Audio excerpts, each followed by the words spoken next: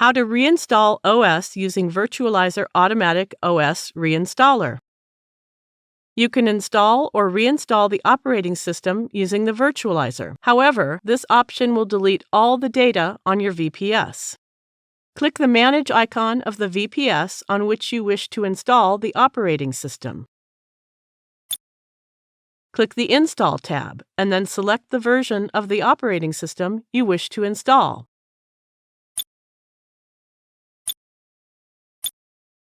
You can manually type the password, or you can generate a secure password automatically. To generate a password automatically, click the key icon.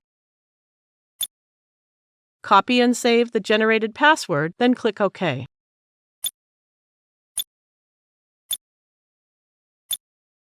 Leave this box for Format Primary Disk unchecked and click the Reinstall button. If you need the data on the VPS, you must have a backup. If you don't have a backup, click Cancel and first create a backup, then click OK to proceed. The OS installation begins. It may take a few minutes to finish. That's it. You know how to reinstall OS using Virtualizor. Thank you for watching.